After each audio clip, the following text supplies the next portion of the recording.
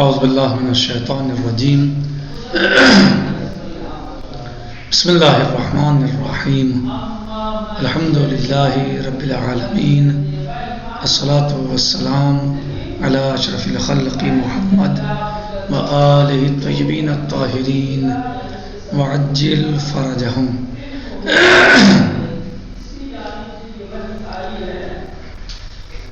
آج کے ہمارا درس تفسیر میں چل رہا ہے سورۃ المبارکہ القدر کے بارے میں، اور اس میں بہت ساری باتوں کو ہم نے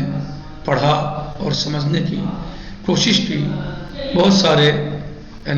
اس میں سوالات اور چیزیں ہم نے حل کی۔ آج پانچویں چیز یہ ہے کہ کس طرح شب قدر 1000 مہینوں سے بہتر ہے، چگونے شب قدر برتر از 1000 ماہ، شب قدر 1000 مہینوں سے کیسے افضل ہے، ایک رات 1000 مہینوں سے افضل کیسے ہو سکتی ہے اور کیسے بہتر ہے۔ کہہ رہے ہیں کہ ظاہر اینس کہ بہتر بودن ان شب 1000 ماہ، کہ ظاہر یہ ہے کہ اس رات کا 1000 مہینوں سے بہتر ہونا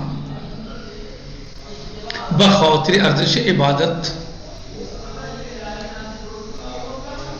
و احیاء ان شباست،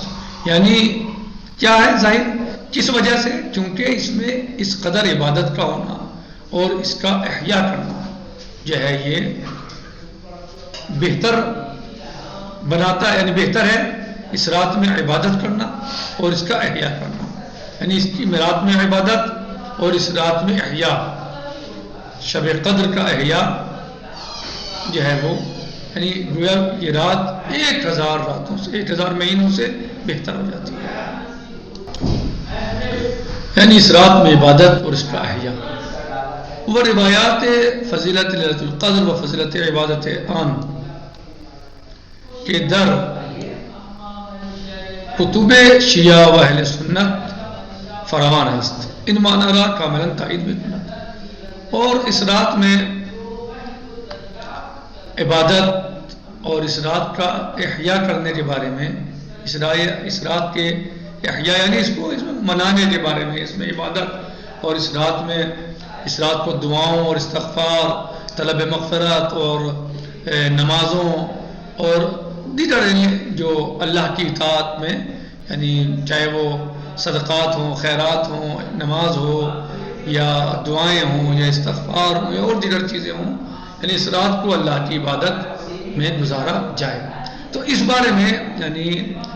روایات کتب شیعہ میں بھی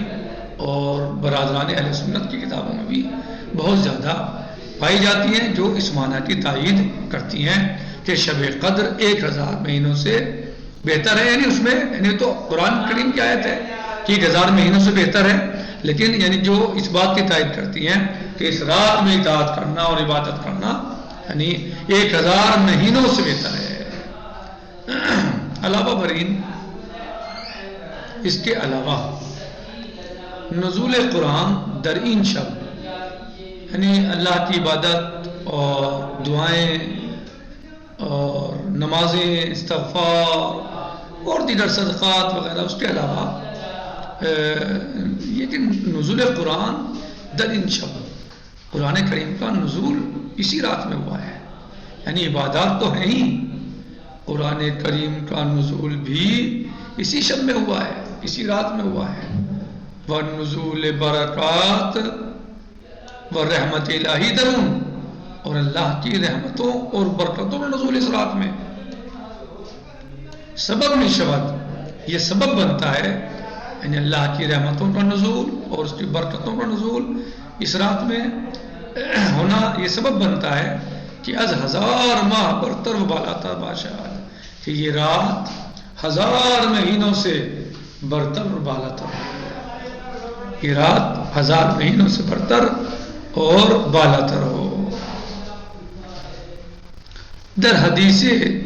از امام صادق علیہ السلام آمد است، امام صادق علیہ السلام سے ایک حدیث میں آیا ہے، امام صادق علیہ السلام فرماتے ہیں کہ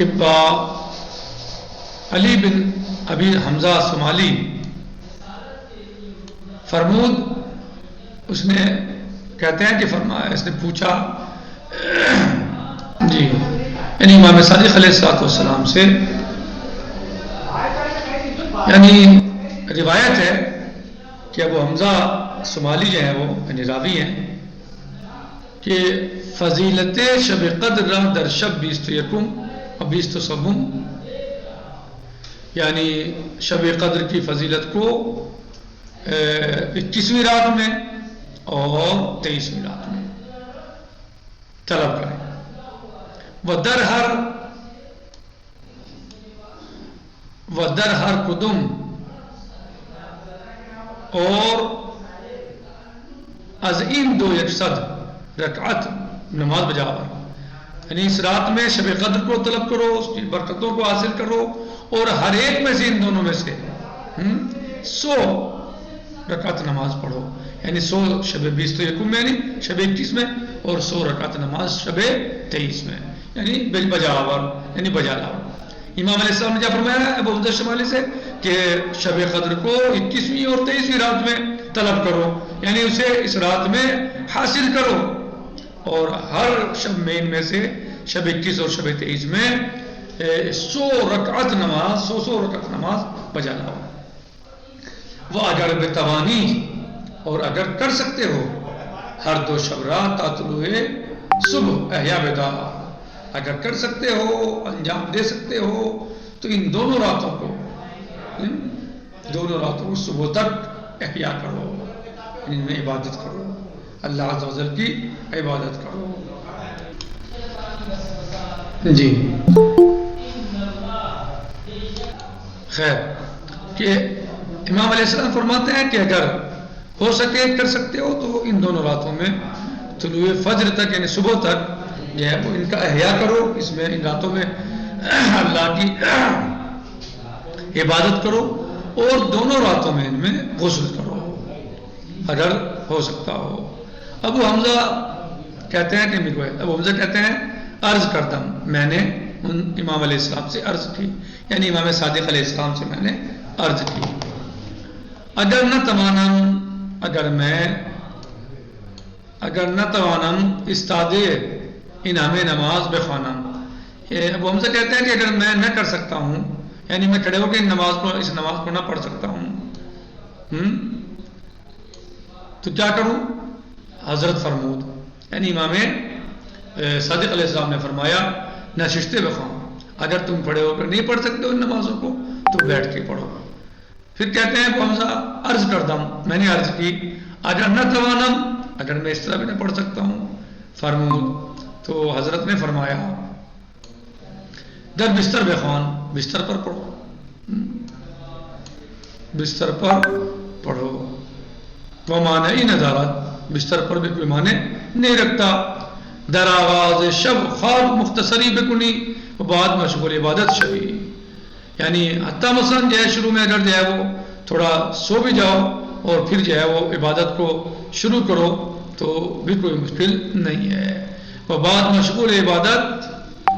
شبی، مشغول عبادت ہو جاؤ۔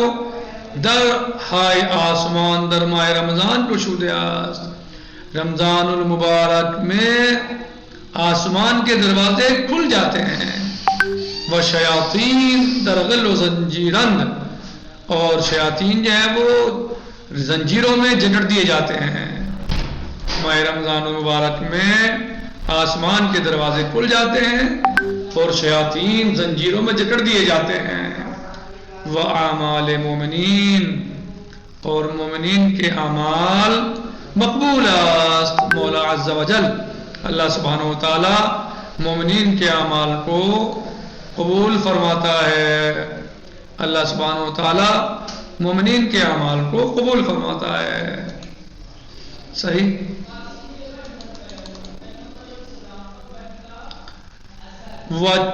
وچے ماہ خوبی است ماہ رمضان، اور اس کے بعد آپ فرماتے ہیں کہ ماہ رمضان مبارک کتنا بہترین مہینہ ہے، کتنا اچھا مہینہ ہے کہ اللہ عز و جل شیاطین کو زنجیروں میں جکڑ دیتا ہے، آسمان کے دروازے کھول دیتا ہے، اور مومنین کی دعائیں قبول ہوتی ہیں۔ لہذا ہمیں اس مہینے کی برکتوں سے فائدہ اٹھانا چاہیے، اور اس مہینے میں ہمیں زیادہ سے زیادہ اللہ کی عبادت اور اطاعت کرنا چاہیے، اور ہر وہ کام انجام دیں جس سے اللہ سبحانہ و تعالیٰ خوش ہو جائے۔ نکتفی علی ھذا المقدار، باقی غزن سے جی انشاءاللہ، والحمدللہ رب العالمین، والسلام علیکم ورحمۃ اللہ وبرکاتہ۔ فی امان اللہ، خدا حافظ۔